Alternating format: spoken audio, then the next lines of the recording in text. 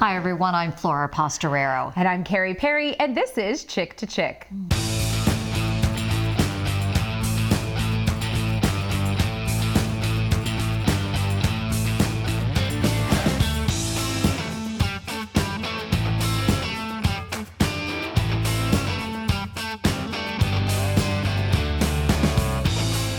All right, let's face it, we are living in a digital world. Everything's digital, digital, digital. We're on our phones, we're on our iPads, we're on our computers. Oh, and social media. We're all over Facebook, Twitter, Instagram, help me out, Snapchat, LinkedIn. Wait, Pinterest. Is that even a thing? I don't, there's too many. That's the thing. There's so many things out there. Over it. You're over it. You know, I feel like I'm in this caught between, do I keep up with it and know what's going on? Because sometimes it's useful in the line of business and the work that we do. Or is it just way too much? Like, where do you draw the line? And really what we're talking about specifically, we're talking about Facebook. Because I think it's the one that captures most of the generations. And it's the one where we look at it and go, is this real or is it fake? Is it Facebook or is it Fakebook? Okay, so I have to be honest here. I'm on social media every single day, but I really use it for work purposes, whether I'm putting stories out there to generate interest, educating the public about different subjects, and of course we're promoting our podcast. Right. So I am on Facebook, Twitter, Instagram, LinkedIn, every single day. Now, just because I'm posting things every single day doesn't mean that I'm keeping up on what everybody else is posting every single day. And I think that people are like, well, didn't you see it? I posted it on Facebook. I'm like, I ask you that sometimes too. You ask me that a lot, and what do I say? No. Like, how'd you not even it. catch it? But you'd have to be, you know, actively scrolling to look to see what's going on. And you have to scroll through the feed, and when you have so many friends and thousands of friends, that feed goes on and on and on and on. Right. I do think that social media does have a useful purpose. For instance, LinkedIn is great for making business connections. Clearly for us and for getting our podcast out there, social media serves a tremendous purpose. Yeah. It spreads the word about what we're doing, and it's great. I also think that, you know, for instance, if your child goes to the prom and you have family living across the country and they want to see those pictures. So why can't we email them?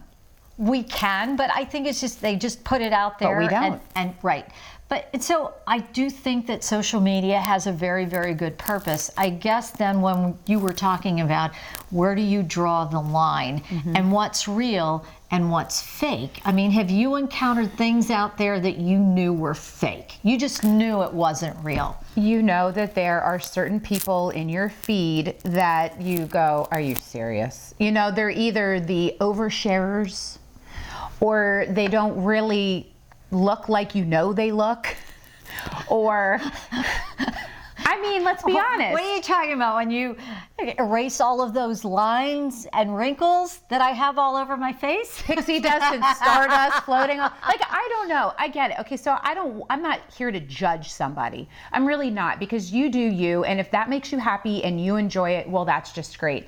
But I then, it's like you get caught up in I don't want to say the fantasy, but like when someone is putting something out there, you have to take a second and you have to think, is this like real? I mean, is this really real? Some people, the way they look, women, you know, they over embellish maybe a little bit. Well, there's all those photoshopping things that you could get rid of lines and wrinkles. Not to say I don't think there's some merit to those sometimes. Yeah, I don't necessarily have a problem with it, but when it actually distorts you and makes you look like not you anymore, then that's when it's like, wait a minute, I know that person doesn't really look like that. So that's the one part of the fake book. But my other thing is that when people are really putting everything out there, where they're traveling, vacations, every little thing their kids do, all that kind of stuff, you know, part of me is like, oh, that's really sweet. But if I'm to be honest, like, save something for just you and your family. I mean,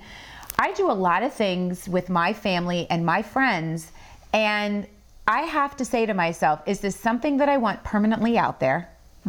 Or is this something I want to keep for just me and my family? Why am I thinking in my head that I need to share this? Well, I'm thinking in my head I need to share this because so-and-so did and so-and-so did, and I want to show them that I still do things. Like, you get caught up in this wheel, in this cog of like what things are supposed to be. And yeah, I think that that's kind of a struggle bus for a lot of different people when they're talking about whether it's fake or reality and how much is too much.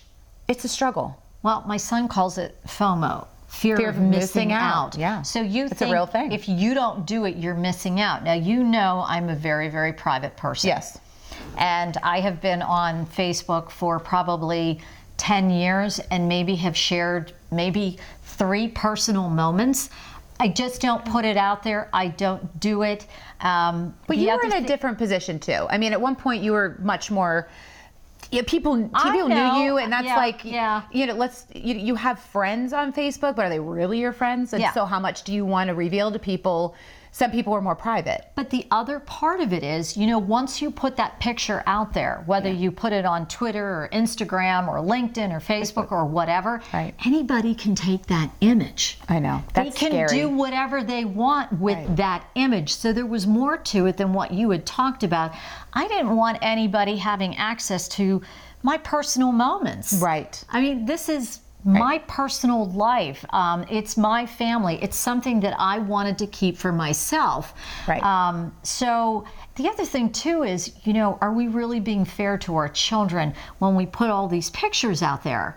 And then they grow up and they're adults, and you know, once you put something out there, it never goes away. Okay. I mean, you might be able to delete something, but it's never really truly deleted. So you talked about, you know, you see a picture of somebody and you're like, they don't really look like that. You know what they look like. Right. You know, the other thing that I find, and I'll talk about a case in point, this couple out there and all these pictures of them, and they're having the time of their lives, and they're traveling, and they're going here, and they're going there, and they look like they just have this magical, wonderful marriage, and they're living this fantasy. And then I ran into the woman, and I said, "Oh, how's everything?" And she says to me, "Well, I'm getting a divorce." And I said, What? What do you mean you're getting a divorce? Your life looks, you know... Your Facebook is amazing. Yeah, I'm like, what about all this stuff on Facebook? You look like you were having the time of your life. And she looked at me and she said, it's all fake. It was all fake. For show. And whose benefit? I thought to myself, why? Why did you do that? I didn't say it, but I thought it. I don't know. I think you should have said it. I didn't say it, but I thought it because, you know, let's be honest here. Life is not a bowl of cherries every single day. So it's okay if you're having a bad day. It's okay.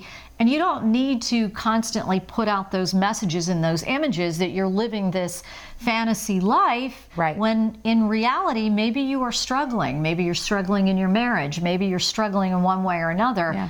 And that's okay, that's part of life, but that really shocked me because I had this image of their marriage, and I thought they had this wonderful marriage and they were living this dream and traveling all over the place. And here, like, she looked me in the eye and she said, it was all fake. Right, and I think that people look at that and then they look at their own marriage or their own relationship, whether it's with, you know, a significant other or a child, and they think, well, what are we lacking? Why aren't we doing these things? Why isn't this happening in my world? And so it's a falsehood that we are measuring ourselves against other people on a regular basis. It's FOMO. It's FOMO. You feel like you're missing out. They've got this wonderful marriage. What's wrong with me? What's wrong with me? They're traveling and they're doing all this stuff. And I'm sitting home on the couch. Why What's am I wrong only with me? traveling 30 minutes down the road? Right. And I think that as a society, while we have these wonderful platforms in place, like you said, I use mine too in a really good way because I promote, you know, the foundation that I started, the stuff we do with Chick to Chick. I try my best to try to stay in that lane more than anything else. And I think that maybe if people started to utilize it more for more uplifting, things that are giving messages to other folks that might need help, or just sort of, I don't know, something more that makes someone look at themselves and say, what's wrong with me? Because they have it better. I think that happens too many times. Well, a friend of mine said to me, she said, you know, I go on Facebook and I see this one's traveling and that one's happy and this one's this and that one's that. And she said, I don't really see, though, when so-and-so's daughter got a DUI, or I don't really see when so-and-so's son got arrested for so-and-so. Or what we really look like in the morning. Right. So Yeah. you don't really see reality. I think we're seeing a fantasy. I hope the people who listen to us, I feel like they are maybe saying the same things that we have said, or hopefully we made them think a little bit more about, you're doing fine, you're okay. You're okay. Don't measure yourself against these social media, I don't know, fantasies. Don't do it. It is. A lot of cases it is. Yeah. So there you have it. That's your armchair therapy for the day. I love our armchair therapy. I walk away feeling a little bit better. Armchair therapy. I know. Hey, thanks for checking in. Thanks for watching us. We are all over social media. Oh, there, I said it. We're all over social media. We are, because you can find us. Yep. And Instagram. And LinkedIn and all over the place. And we also have our website, chick2chick.com. Thanks for tuning in. Until next time when we Chirp again.